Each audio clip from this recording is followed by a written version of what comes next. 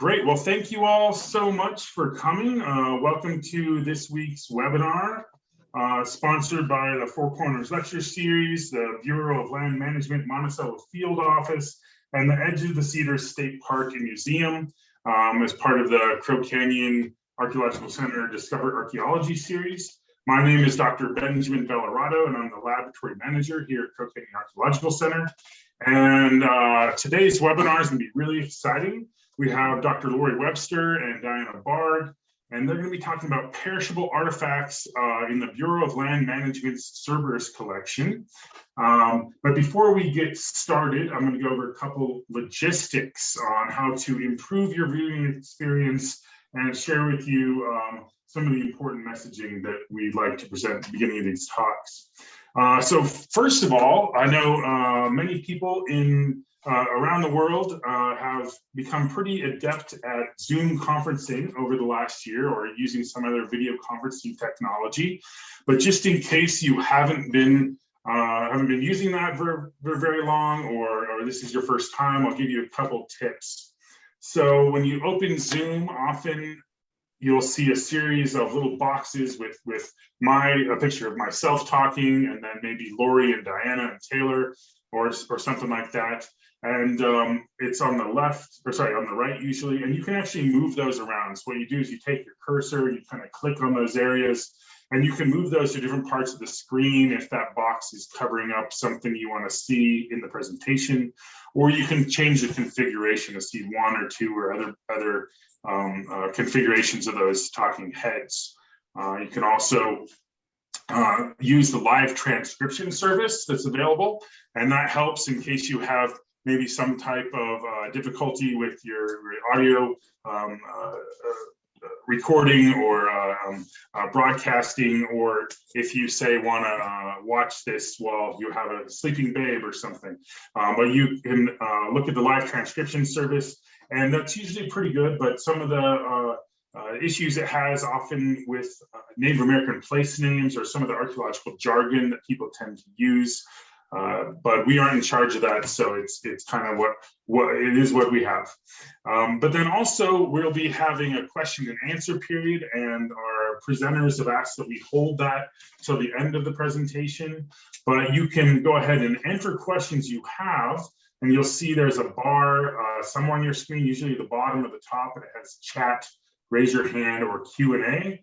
You can enter your questions in the Q&A, and Taylor Hasbrook, our guru of these webinars, who really keeps it all together, she and I will be organizing some of these questions to kind of put like questions, and hopefully ask them at the end in a fairly coherent order. You can also enter chats, and that's something you could kind of reserve for if you're having an issue with viewing the presentation. You can put something in there, and we can get one of our IT folks to try to help you out.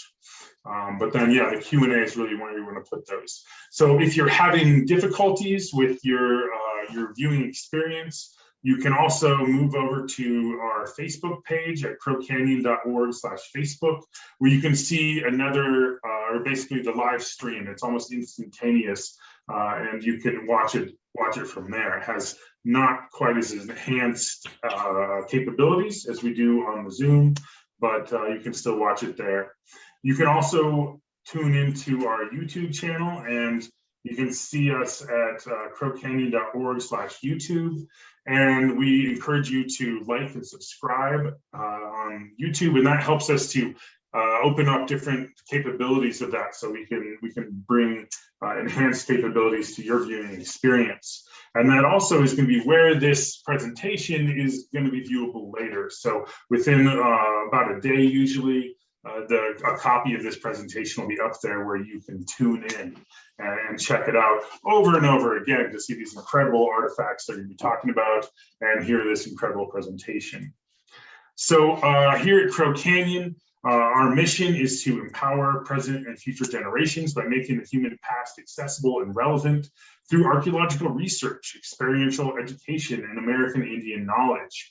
And you can either come visit us if you want to know more about our programs. We're located just outside of Cortez, Colorado. You can see a picture of our campus in the background here. We have 170 acres with a number of educational facilities, and our campus is right in front of the Sleeping Ute Mountain, just a beautiful location. Or you can also tune into our website. Check us out there at crowcanyon.org. So presently, the way archaeology and a lot of different sciences are moving is we're trying to be more inclusive of different cultures, and we recognize how important that is. And part of that is pretty commonly a lot of different organizations like ours are making are presenting these land acknowledgement statements. And so for here at Crow Canyon Archaeological Center, we acknowledge that the Pueblo, Ute, Paiute, Dene, and Hickory Apache people on whose land, traditional lands, homelands, our institution sits and upon which we do our work. It's really important to acknowledge the lands and the people that either do still live here or once lived here. Now, our mission-related work would not be possible, of course, without Indigenous people in the past, present, and future, and we respectfully recognize, honor, and acknowledge the ancestral and descendant Indigenous communities for their contributions to all humankind. The Crow Canyon is also grateful to all Indigenous people and supports the preservation and protection of cultural traditions, ancestral connections, and sacred lands. And we like to use this slide also as a moment to reflect on, no matter where you are in North America or even around the world, you're probably viewing this presentation either from places where Indigenous peoples once lived or where they still live today. And so we encourage you to reflect upon that. And maybe, if you're in the Southwest or beyond, maybe do a little research and see, the history, dive into the history of the place that you are. Now, we, of course, want to thank our viewers, and you make all the difference. And we encourage you and ask you to please consider making a donation to the Crow Canyon Annual Fund when you register for one of our webinars. And excitingly, Crow Canyon, one of our trustees, has made a $50,000 challenge match for 2021. So for every dollar that you might contribute to the Discover Archaeology webinar series, this anonymous individual will match that up to $50,000. So you can see so far we've raised about 27% of that, about just over $13,000. So we're making really great progress, but we have a little ways to go. So we encourage you, if you can and want to make a donation. So this week's webinar is really exciting, but this isn't the end. We have basically a webinar every Thursday. So in the next couple of weeks, we have some really great presentations coming to you. So next week on Thursday, June 17th, also at 4 p.m., we have Chacoan Successors, Religious Specialists, Exotic Exchange Networks, and the Rise of Aztec Wupaki, presented by Dr. Irina Gruner.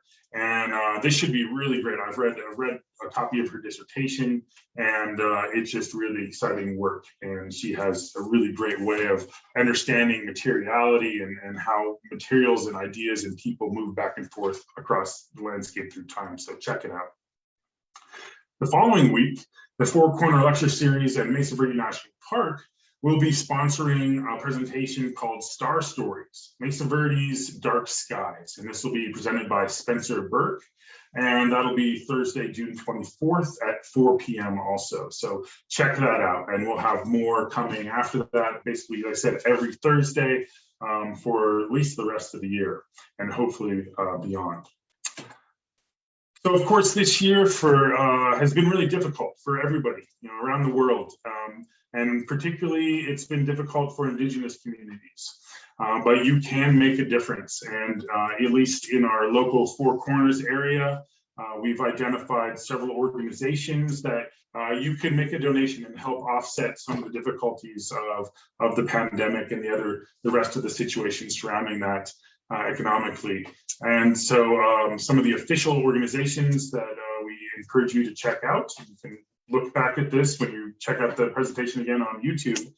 But these are the Pueblo Relief Fund, the Hopi Relief Fund, the Navajo and Hopi Families COVID Relief Fund, and then the official Navajo Nation COVID-19 Relief Fund. So we invite you to check those out. and make a donation if you can. Now we'll jump into the presentation pretty soon, but first I want to tell you a little bit about our speakers this evening. So first of all, Diana Barg is an archaeologist with the Bureau of Land Management, Utah State Office, located in Salt Lake City, Utah, and she focuses on curation and repatriation. She received her MS in Cultural Resource Management Archaeology from St. Cloud State University in Minnesota. Her research is focused on human osteology, faunal analyses, and taphonomy in the Western Great Plains, and archaeology and curation in the Four Corners area. Her current research focuses on best practices for managing resources recovered after illegal removal from public lands. And she is joining us right now from Salt Lake City, Utah. And then Dr. Laurie Webster is an archaeologist and specialist in the perishable material culture of the U.S. Southwest. She received her PhD in anthropology from the University of Arizona, my alma mater too, and received a research associate, she is a research associate at the American Museum of Natural History and Crow Canyon Archaeological Center. She's worked with perishable assemblages from Canyon de Chelly, Salmon Ruins, Chaco Canyon and Aztec ruins, and historic collections of historic Navajo and Pueblo textiles. In 2011, she established the Cedar Mesa Perishables Project to document archaeological perishable collections from southeastern Utah, and she lives right in the local area here in Mancos, Colorado.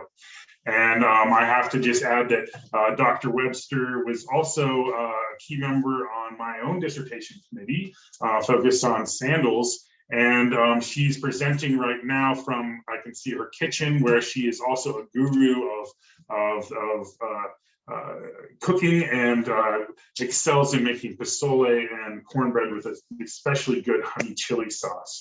But she's a great lady, and we're really excited to have both of our presenters today. So without any further ado, again, the title of our presentation this evening is Perishable Artifacts in the Bureau of Land Management's Cerberus Collection with Dr. Laurie Webster and Diana Barg. And with that, I will turn it over to our presenters. I can stop my share. There we go. All right, so if either one of you folks would like to start your screen share, you can get underway.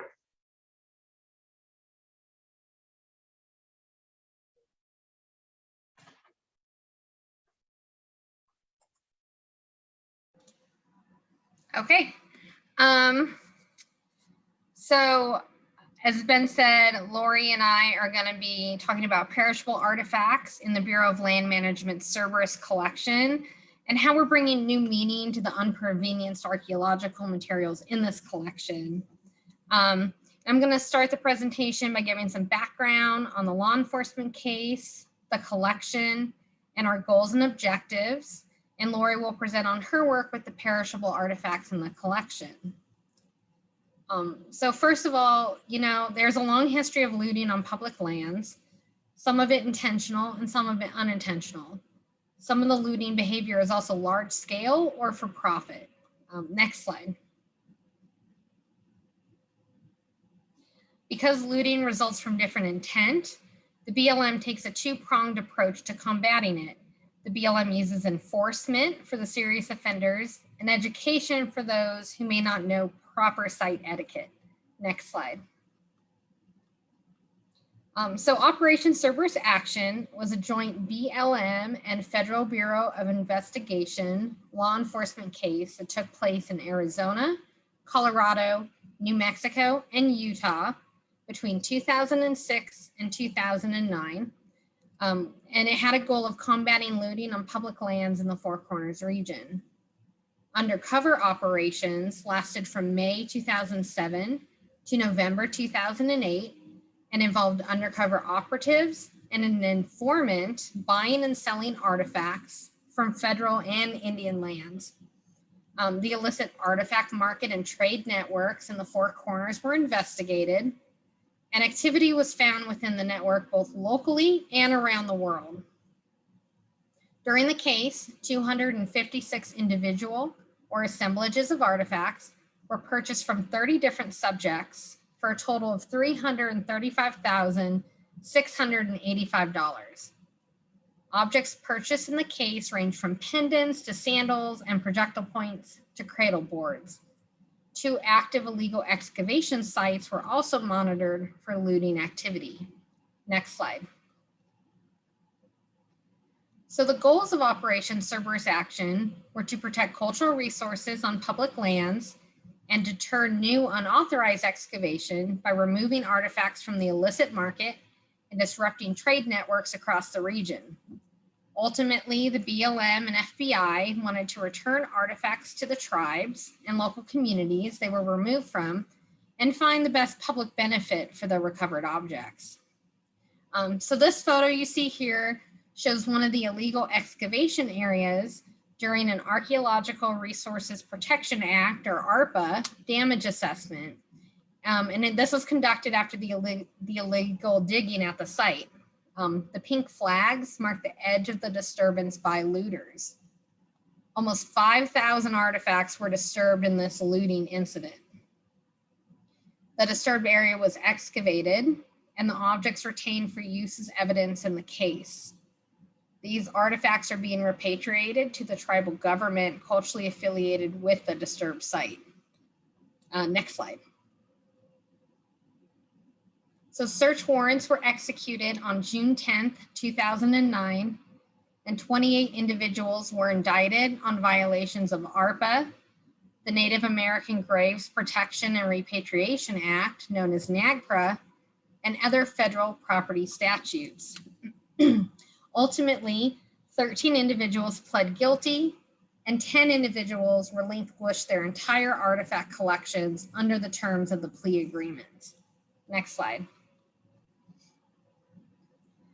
So the artifacts were tagged in the defendants' homes, and once the plea agreements were settled, teams of federal archaeologists and federal law enforcement agents worked together to inventory the artifacts and place them in protective curation materials for transport and curation.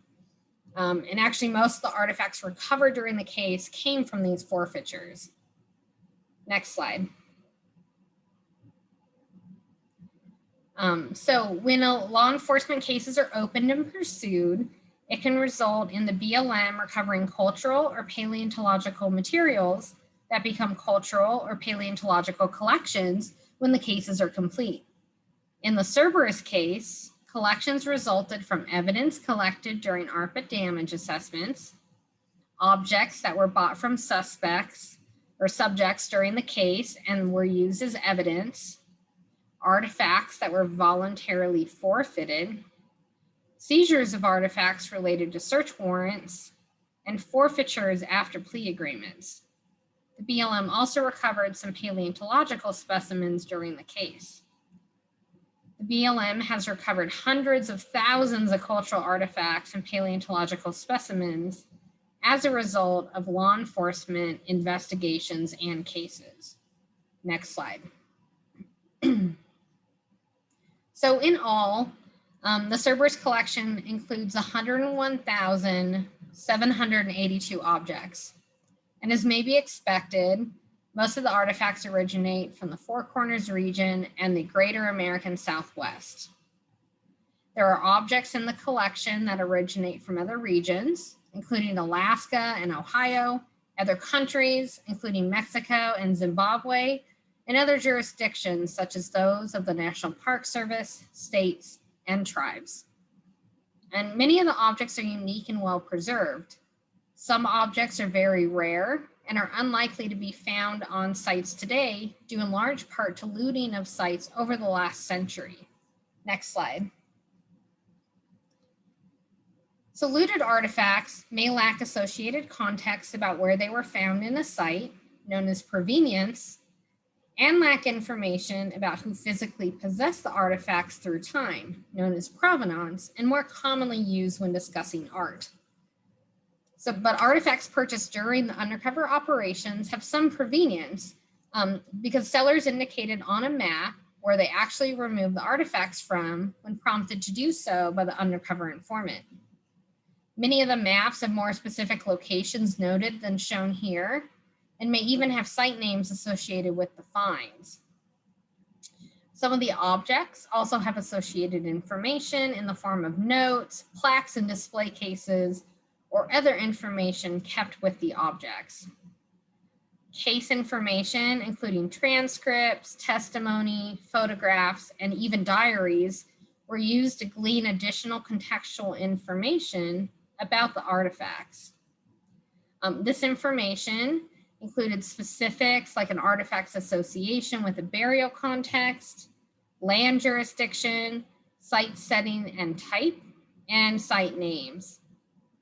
And this information helps the BLM understand more about the artifacts that are recovered and can be used to inform decisions about whether some artifacts should be transferred to a different jurisdiction and where artifacts should be curated. Next slide. Once the case was closed, objects released from evidence, recovered objects, and forfeited objects were transferred to BLM's Cultural Resources Program for management and compliance with applicable laws and regulations. Management of the objects includes compliance with NAGPRA, where Native American human remains, objects from burials, objects that are sacred to a Native American group, and objects that have ongoing importance central to a Native American group or culture are offered for return to potentially culturally affiliated tribes. Next slide.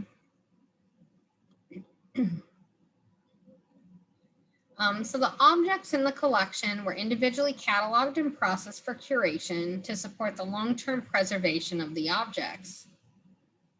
Identification of the objects was completed during cataloging.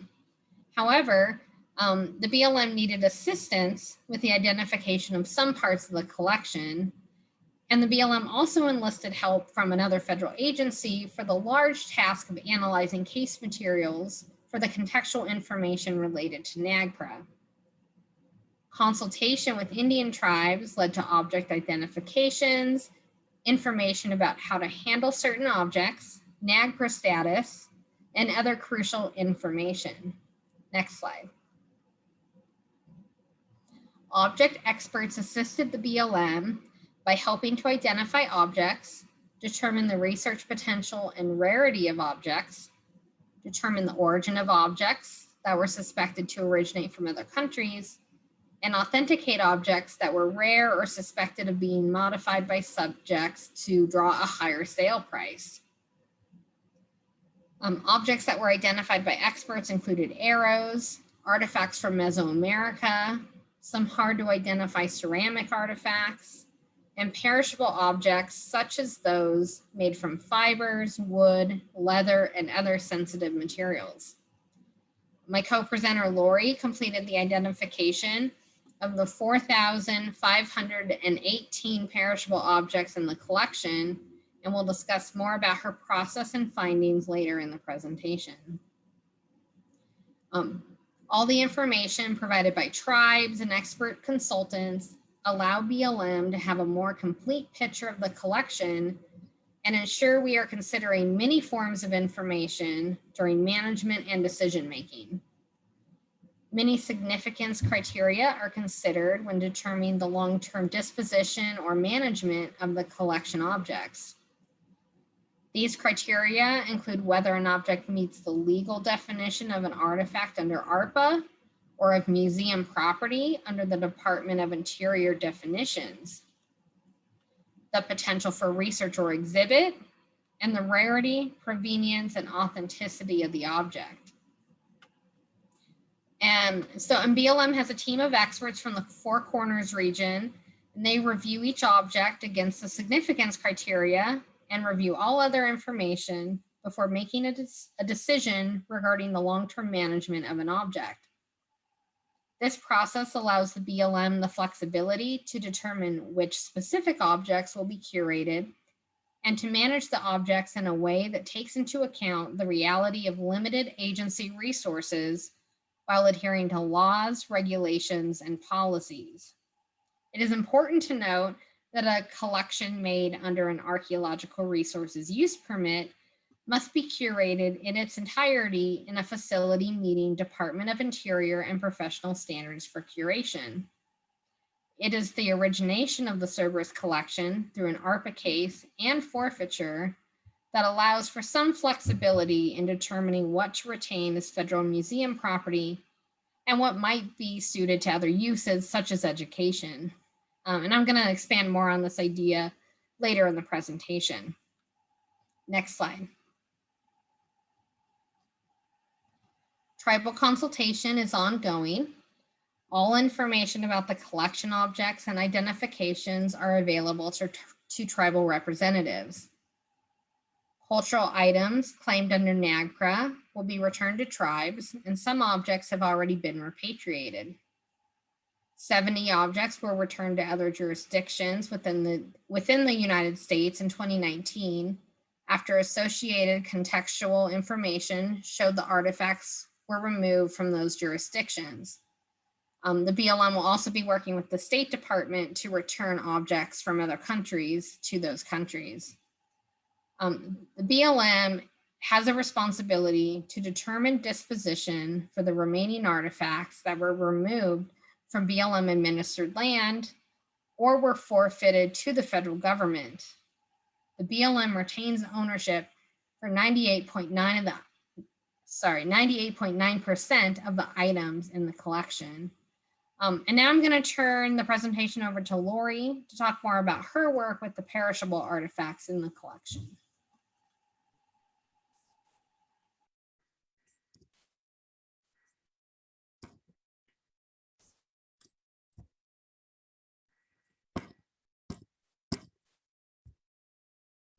Okay.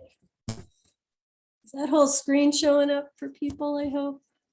Let's see. Okay, so my part of the project was done over a 3-year period. And I went up there in 2014, 2016, and 2018 and spent a week each time looking at the collections. And I looked at several thousand objects, but focused in on about 850 of them to assess the research potential. I gave a brief description of each artifact and identified the probable cultural affiliation, whether it was ancestral Pueblo, Mogollon, Hohokam, etc. Identified the probable time period and the geographical source of each object. And since these collections were taken from collections here in the Four Corners, not surprisingly, most of my determinations were ancestral Pueblo, basket maker, or Pueblo periods, and the Four Corners region. So the BLM was particularly interested in determining the research potential of the artifacts. And so we developed a 3-point scoring system to rate the artifacts. The highest potential artifacts were ones that could be used for research and interpretation.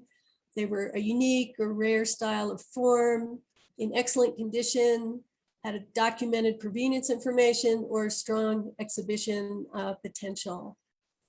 The moderate score went to artifacts that had moderate potential for research and interpretation, so they didn't have provenance to them.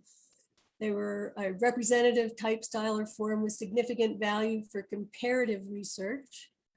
And then the lowest potential was for artifacts that were in really poor shape and had lesser value for comparative research. And examples would be replicas, artifacts that have been reconstructed by the collectors, and unprovenance plant parts and cordage, objects that were highly fragmentary. But despite that, really all of these artifacts have some potential for research. So I focused in the 850 artifacts, and this is just the results of my survey. About 20% we categorized as having high research potential, and about a little more than half for medium, and about 25% for low potential.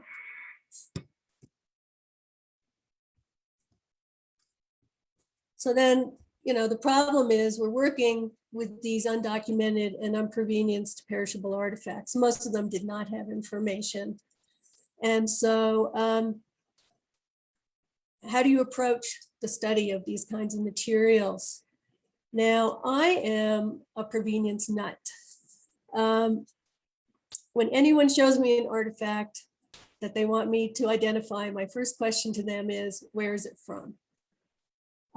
I'm a really strong believer in provenance for interpreting objects. And so in this case, we're working with material that didn't have that quality. Why is provenance important? Well, it gives meaning to objects and it enables them to be used as basically archives of traditional histories.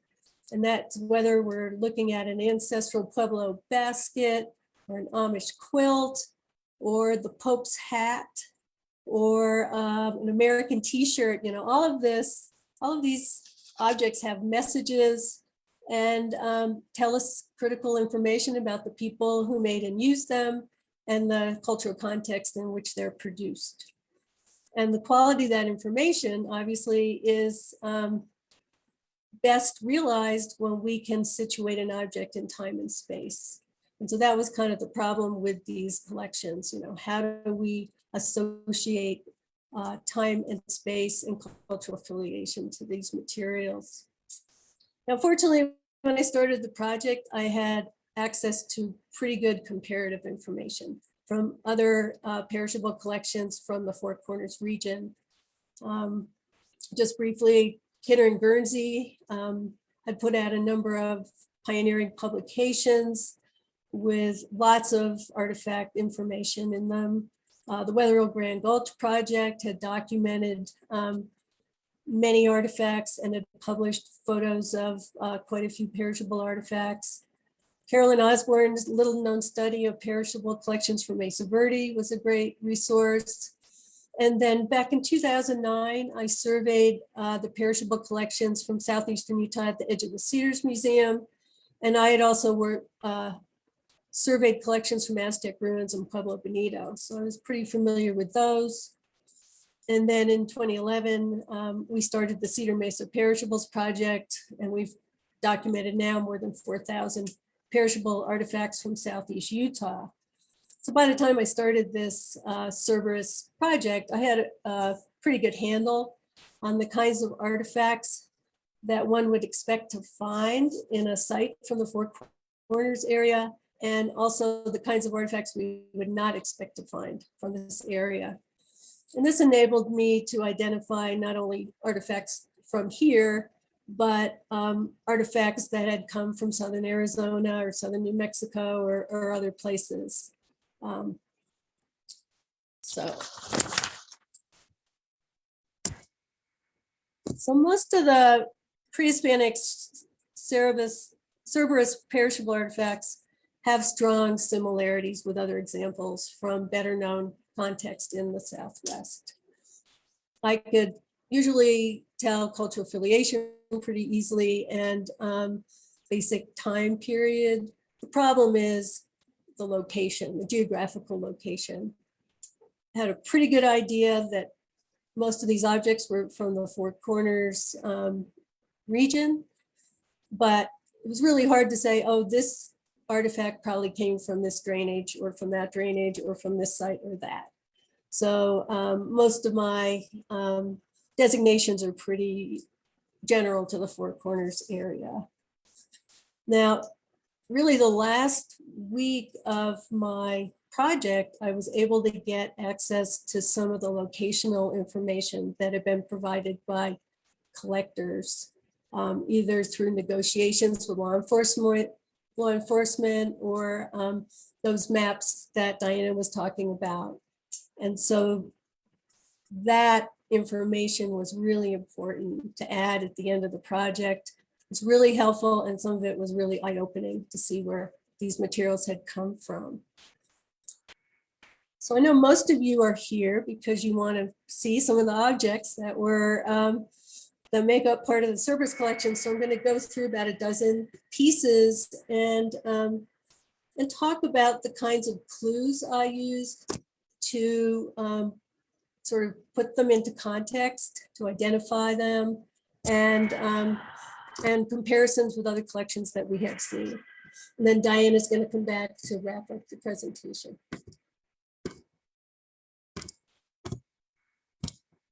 Well, I'm not, let's see what's going on with my computer. Okay. Okay, so you got a glimpse of these before, or one, this is one sandal. This is a 12-plated sandal. Beautiful condition. You can see the weaving elements, they left them to protrude on the underside of the sandal, and they're all there. So this sandal was woven, but it was probably never worn. The way that those leaf ends are tied on the bottom of the sandal, they're tied in an overhand knot toward the toe. That's a real clue that this sandal is from the Mesa Verde region. My colleague, Dr. Ed Jolie, who might be tuning in today, he pointed that out to me, and it's a real great marker to be able to identify sandals that were made in this broader Mesa Verde region, mostly Southwest Colorado, Southeast Utah, and Northwest New Mexico. We saw this on a few of the sandals from Aztec ruins too.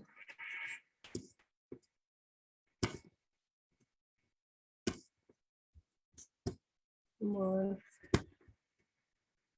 Sorry, I'm having trouble advancing my slides for some reason.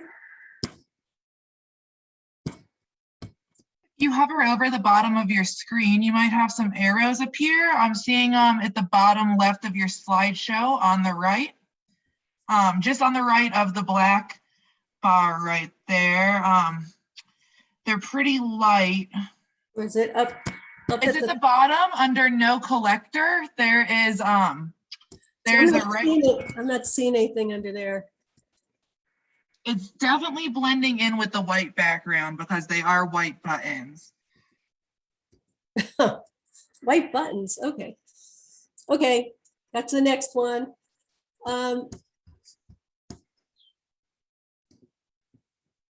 Okay, so this is a pair of sandals, yucca sandals.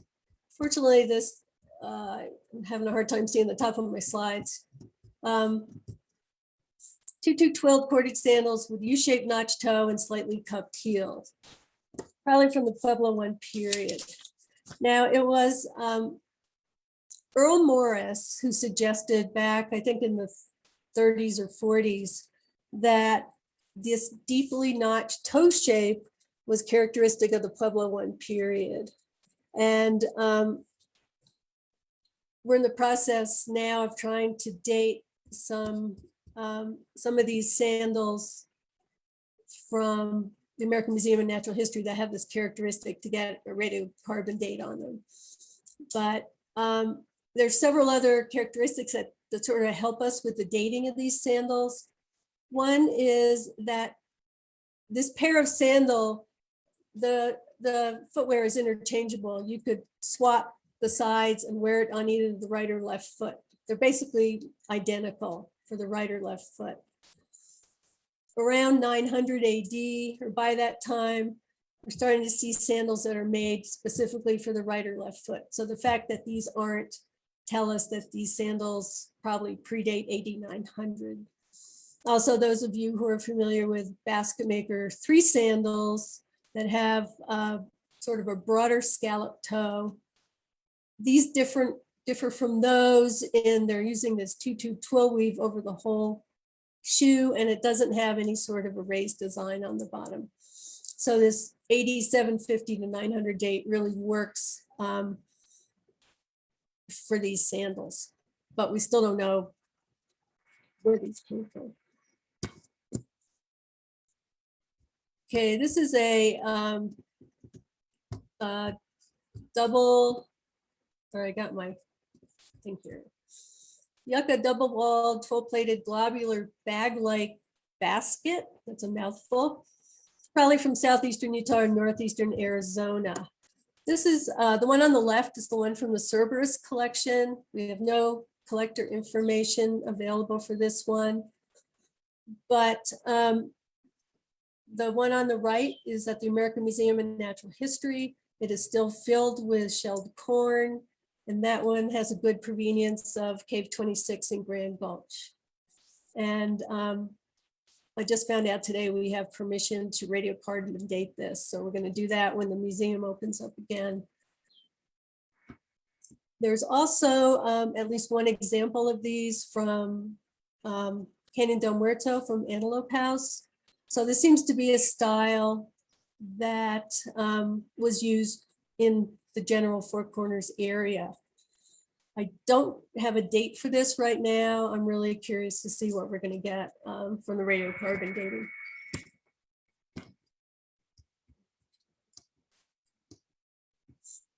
This is just showing the bottom of these two baskets. You can see they have the identical way of making the bottom, creating the base.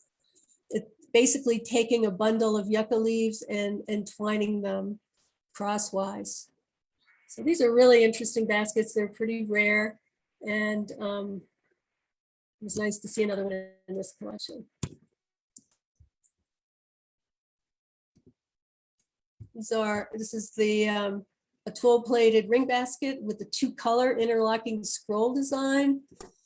The production of these ring baskets with 2 colors is another characteristic primarily of the Mesa Verde area, or at least most common there. This basket, the Cerberus basket, is really beautiful. It has this all over pattern of the interlocking scrolls.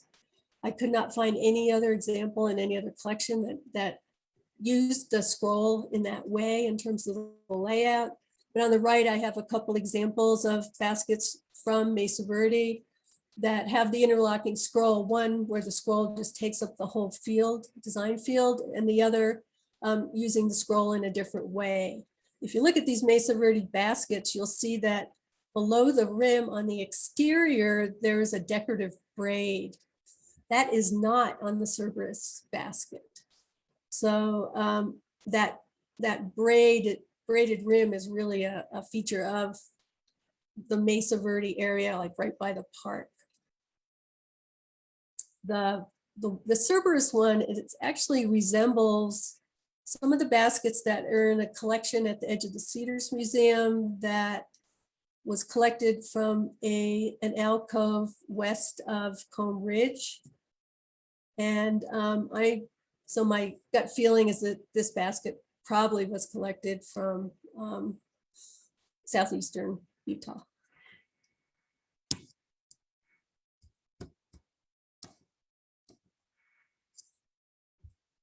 This basket really stymies me. It's a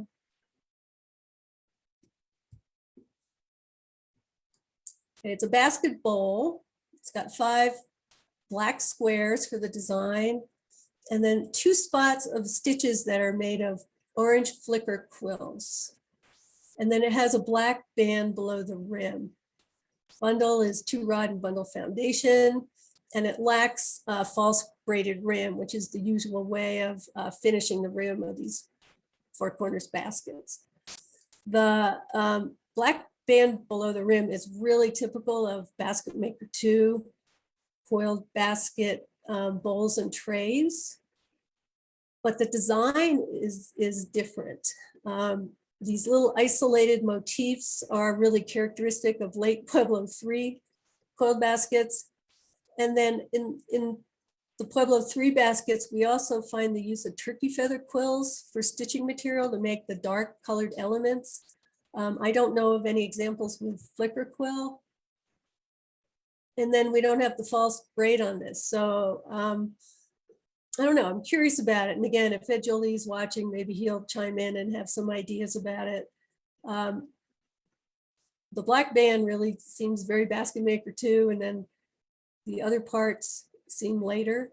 And then there's the question, is it Southwestern? So see if Ed comes up with any ideas.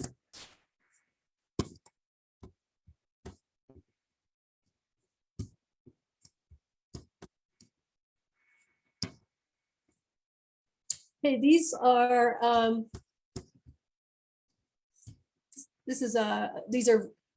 reed noose snares, little snares that had a little noose at one end and used for trapping small animals. They date to the Basket Maker II period. And the Cerberus artifact, we have no collector provenance, but you'll see it's almost identical to this one from the Falls Creek Rock Shelter in southwestern Colorado. That came out of a Basket Maker II context.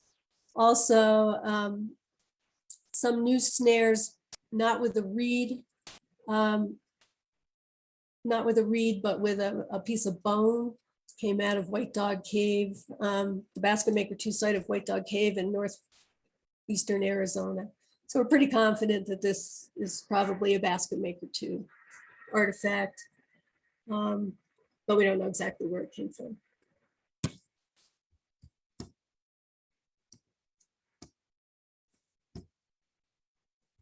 I would love to know where this came from.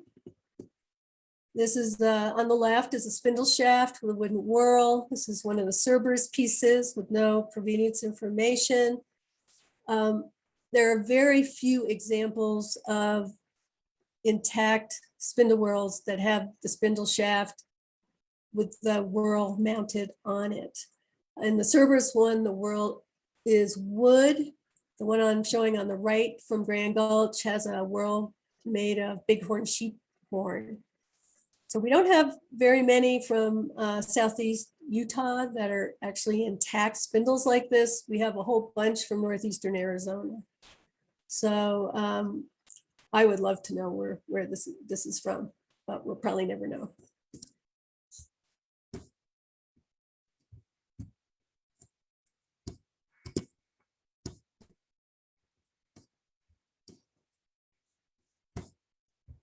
And now we're going to talk about examples that actually have collector information about provenance. So here's two examples of a yucca tutu-plated sandal with side loops and a cross-wrapped heel. This is probably a winter sandal where it would have been stuffed with juniper bark or other kind of stuffing and then laced up just the way you lace up your sneakers, just to keep your feet warm in the winter. The one on the left, we know from the collector information, is from Allen Canyon. That's located, it's a tributary of Cottonwood Wash. So it's north of Bluff and west of Blanding. The one on the right, nearly identical, is a Field Museum of Natural History example from Grand Gulch, Utah. And this one, we got a radiocarbon date of between 711 and 942 AD with a median date of 829. So we have a good comparative date for the Cerberus sandal.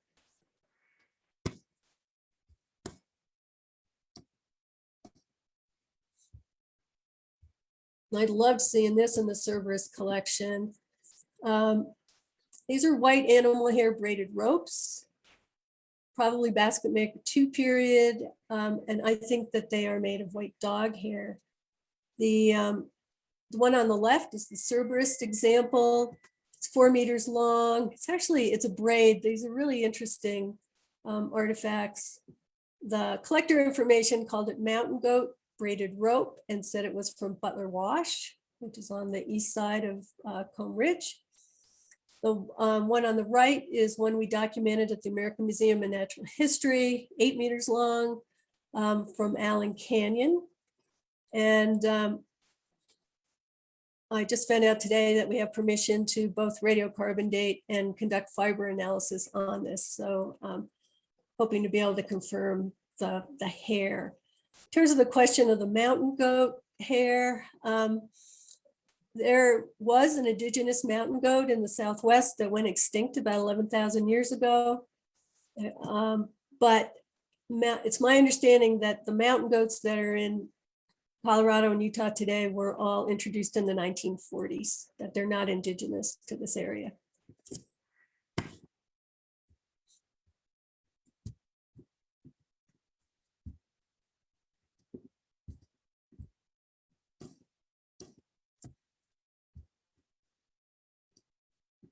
Oops. Okay, well, I am not a expert on Fremont moccasins, but these appear to be an incredible pair of Fremont moccasins of fawn or deer hide. They're filled with juniper bark, probably Fremont culture. We have information from the collector that these were recovered from 10 Mile Canyon on the east side of the Green River, northwest of Moab. So south of Highway, I think south of I-70. I did a little bit of research on Fremont moccasins, and I haven't seen any other examples that have the hair on the outside of the moccasin. These do have probably dew claws on them. I had written it down that they were parts of the hoof, but they need to be rechecked to see if they're actually dew claws, which is characteristic of Fremont. I suppose there's a chance these could be Ute, but they really seem like they're probably Fremont. And finally, we have these really amazing basket maker 2 fertility figures and coiled basket. The picture on the left shows them in the collector's exhibit case. The label calls them basket maker 1 and 2 fertility figures, corn twigs and small basket, circa 200 BC to 400 AD, San Juan County, Utah. When I first saw this, I wondered if they were a fake. And the reason is because I've never seen anything like this before. We know that basket maker 2 rock art, we see a lot of anthropomorphic figures with genitalia. So it's not out of line, but we've never seen a sculpture like that. So to find these objects, the bodies are the corn shanks. So they're corn related with, with sticks for the protruding limbs. And so I had to think about, okay, are these authentic? And then I looked at the cordage that was used to wrap these. It looked like basket maker 2 cordage. And I looked at the basket and it looked like a basket maker 2 basket. And then I looked at the case. It was in this beautiful exhibit case. And it just seemed like something that the collector thought was really valuable and valuable enough to put in a case like this. So it was at the end of the project, I found out that we did have collector information about these objects, and they were found near the Cane Pritchett Trailhead, which is west of Moab in Grand County, Utah. The label says San Juan County. But so these are basket maker 2 figures from the Moab area.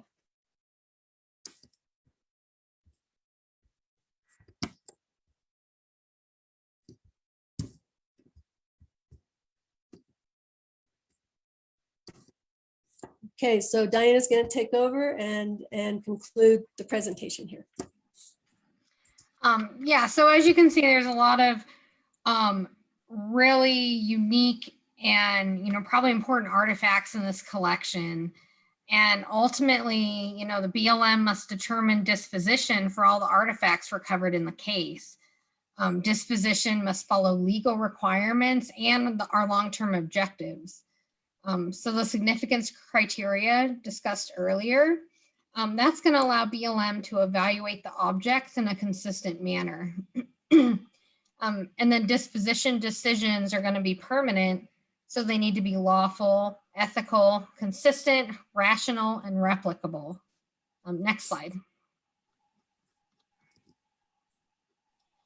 And by using all the information known about an object and working with experts and tribes to gain additional information about the objects, informed decisions can be made regarding the long-term disposition and management of each object in the collection.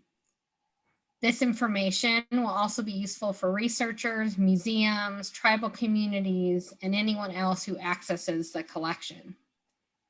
The associated records from the case will also be archived and made available by the BLM as part of the context for the artifacts. Next slide. So So the next step in the management of the collection is to return artifacts to the communities from which they were removed. The BLM has the legal authority to return objects to tribes under NAGPRA and under ARPA for those objects removed from reservation lands.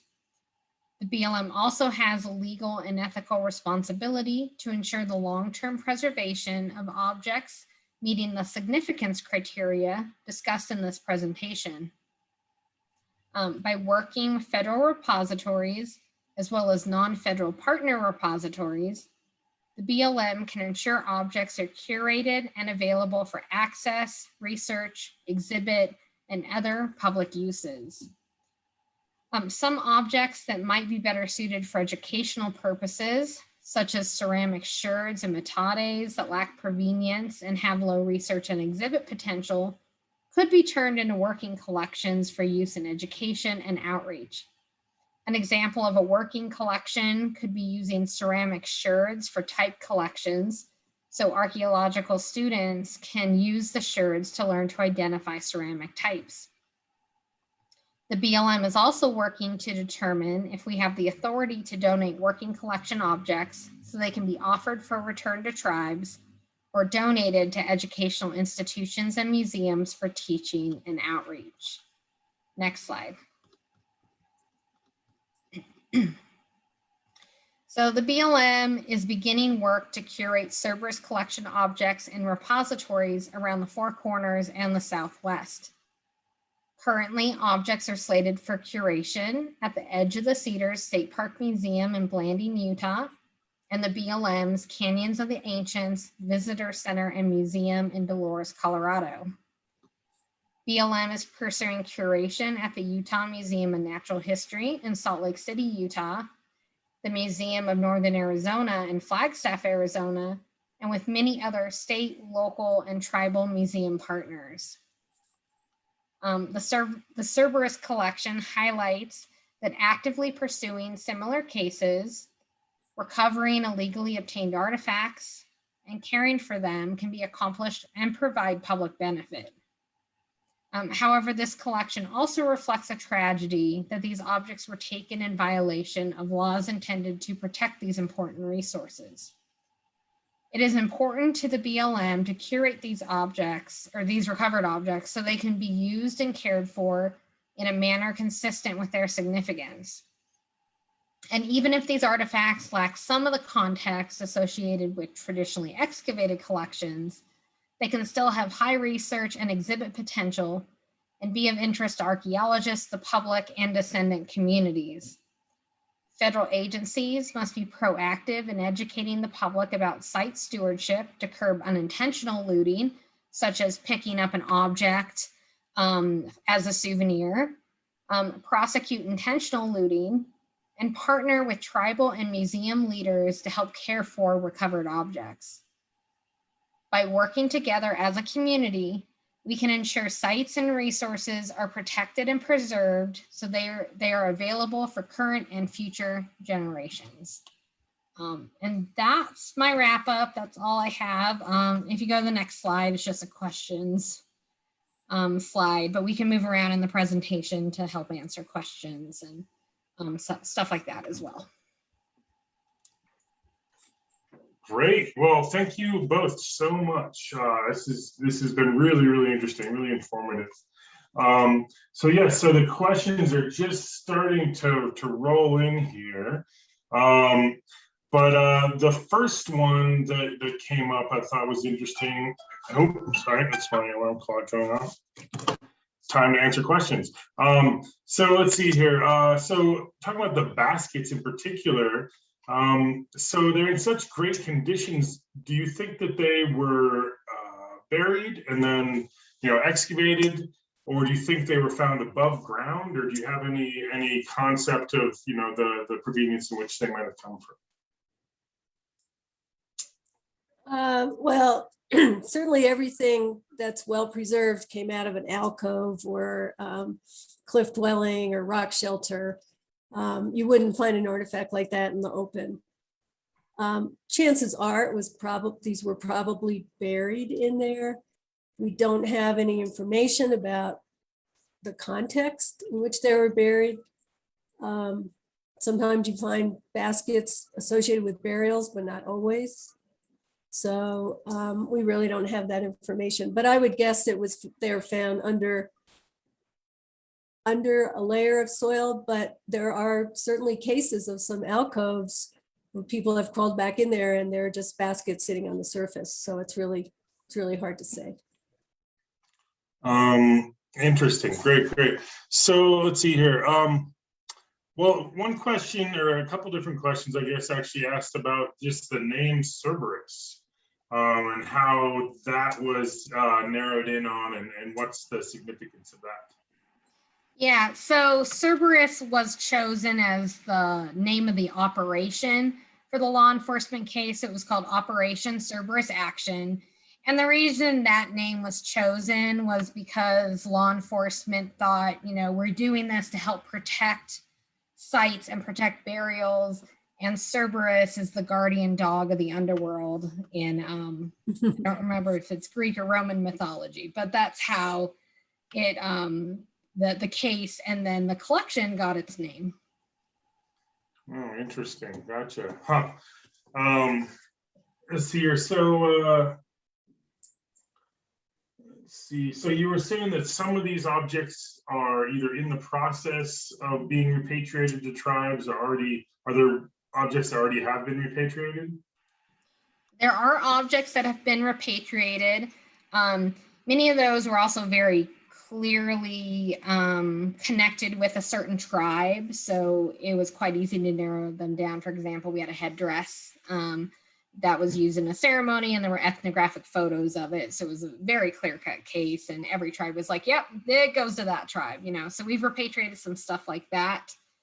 And then we're still working with tribes and consulting and trying to get some other items repatriated where we have information from the case or the context or diaries or testimony after suspects were arrested, where we have information that show items are from burial contexts. And so we're trying to work through consultation to hopefully get those repatriated. Interesting. Yeah, and I understand that's a very can be a complicated process, but very worthwhile. And I bet the tribes are especially appreciative of that. So let's see here. Can you tell us about maybe some of the challenges of identifying the descendant communities? Are there disputes, or are you either of you directly involved with that part of this, or how does that work? Yeah, so some of the information, we're taking the clues from the artifacts, either collector information or stylistic information and stuff like that to help identify, potential descendant communities. But in the case of most of the objects from the Four Corners or San Juan County, we know from doing NAGPR cases in that region, kind of the tribes we would be talking to. And we've been working with, over the years, 35 different tribes in Arizona, New Mexico, Colorado, and Utah for NAGPR purposes, or just in general, getting info out about the collection, seeing if anyone has any information they want to provide to us, or also if they know of any other tribes that might be interested. And then the BLM also developed an online, a website where tribal representatives that are designated by their tribal councils or governors, chair people can go and review the artifacts and the information, some of the information we have about them, look at photos and comment in the website. And it's locked down for other people, but it's a good way, we thought, to be able to get information to descendant communities who might be interested, so they have a way to view the collection since they're spread out over such a big geographical area. Interesting. So there's a couple questions about the next steps or the process of cataloging these or getting them into museums is, first of all, is there any potential for volunteers or avocational archaeologists that could maybe donate their time and help process these or catalog them? So everything has been cataloged, and we're still working with some consultant experts and tribes to get additional information. But our next steps, we have our team of the experts from each of the four corner states that work for the BLM. And we're going through each of the objects individually, looking at all the information and photos and kind of determining what's going to be curated and where. And then the next step is really just working to get the stuff consolidated and curated and accessioned at the repositories. The BLM does have volunteer. We do bring on volunteers to help with stuff, so people can reach out to me if they want.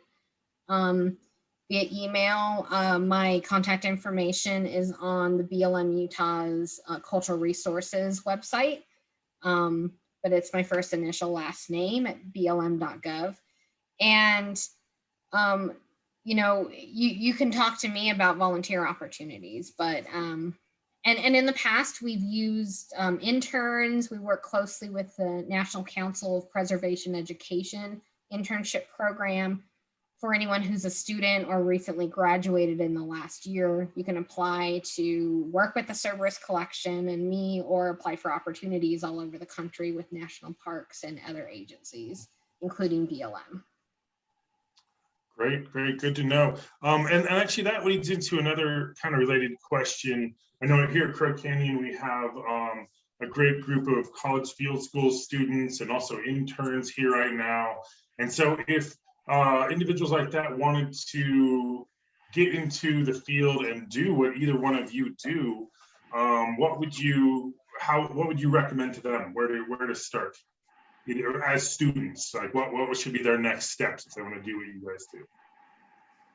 I'll let Laurie go ahead and answer also. But just for the BLM, we have lots of internship opportunities across all our fields of study.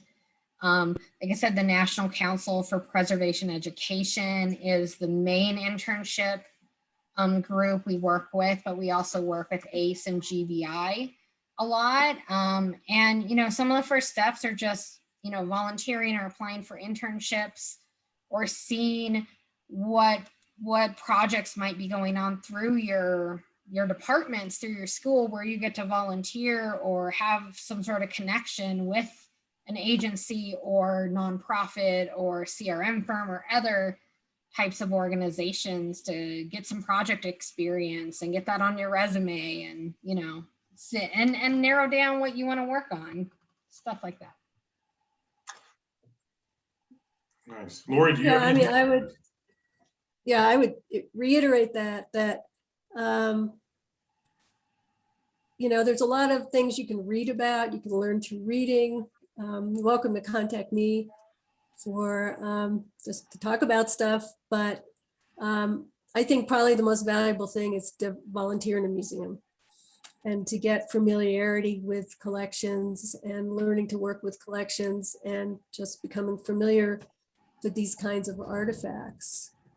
Not all museums have perishable artifacts, or the ones that are going to have the best collections are either the big museums in the country or the regional museums here in the Southwest for Southwestern material. But there's really no better way than to really get hands-on experience and work with people that know what they're doing and can pass along their information to you. Great. Well, I'll make sure that these students, at least the ones that we have under our purview, know where to go and who to talk to. And so there was some other questions about,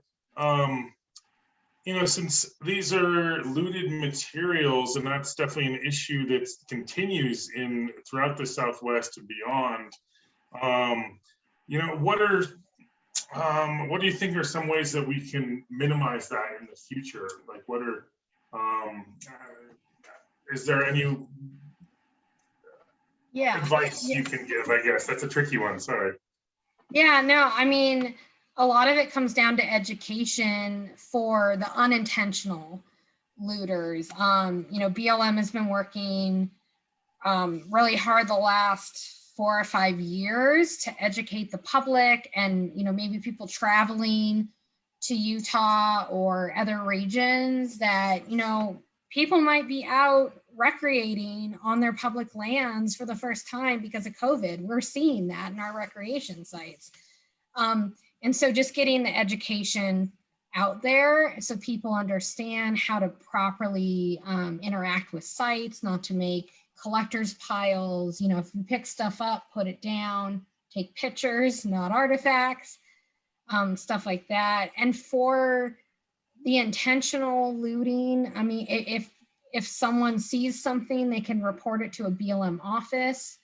We also have a phone number for reporting violations, but it's also very important to not get involved and move away. But I think overall, just the public perception that that those kind of behaviors are inappropriate is going to go a long way as well to stopping some of these things and having other outlets for protecting sites or visiting sites or interacting with sites. Like BLM has logs at some of the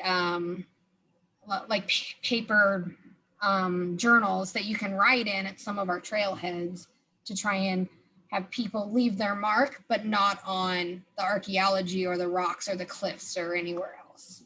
So that's kind of what BLM is doing to try and educate people and combat some of those things.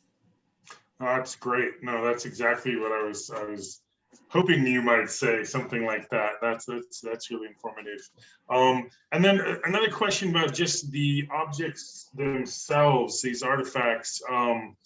Are they just cataloged and documented and preserved and stored, or is there any type of conservation or reconstruction that occurs on a case by case, or just kind of generally? So they are cataloged and tagged with the catalog number, put in curation materials that are inert to preserve them, and then they're stored. But we do work with them a lot, trying to move forward in our process to get things back to museums or repatriated. But we have had one item conserved that had a pack rat midden in it, and we just wanted to get it cleaned up. And for the most part, some of that are things we will leave up to our partner museums. If we accession something somewhere and they think it needs to be conserved, we will work with them to try and approve that or help fund that or make that happen. But right now it's mostly an exercise in documenting, gleaning information everywhere we can, and making long-term management decisions. Interesting. So we'll just have a couple more questions. I don't want to keep you folks too long, but in terms of like a write-up of I know there's probably going to be a report for the BLM, but is there some kind of more public document that might be available somewhere or in the future? Is there any plan for that type of thing where people can maybe see it all at once, or pictures of a significant portion of it? We, in the past, we worked with the Smithsonian and they did an article in their magazine. It's available online. If you Google Cerberus collection Smithsonian, it should come up. That's how I find it when I need to send it to someone. And in general, I mean, once these collections are curated at the repositories, then they're going to get new photographs, potentially. They're going to get updated catalog numbers for that institution and be more readily available for the public, and even exhibits. We've looked into doing some exhibits as well. But But at this time, there's no real plan for a full report on everything. Although I imagine that's something we could do. Just there's obviously a lot of interest in knowing more about these objects, and just fascinating to hear how both of you are working to put that information back together and recover any type of context and meaning that you can, and especially working with tribes. So let's see, I think that pretty much wraps up the questions. There's a few repeats that came in. So I guess that's going to be the end of our presentation, but thank you so much, both of you, for joining us and bringing us this incredible information and all the pictures and giving us a background and progress on this really, really important project and case as you've presented it. So thank you so much. And then one final question is, if we do have other questions that come in, is it okay if we divert those to both of you? And so maybe you can answer them just through email or something like that? Yeah, that would be fine. Mm-hmm. Great. Thanks so much. So yeah, well, thank you so much for joining us, and thanks to everybody in internet land for joining us. And remember to tune in every Thursday. We'll have additional webinars coming up on interesting and fascinating subjects related to archaeology. So have a good evening and take care. Thank you so much.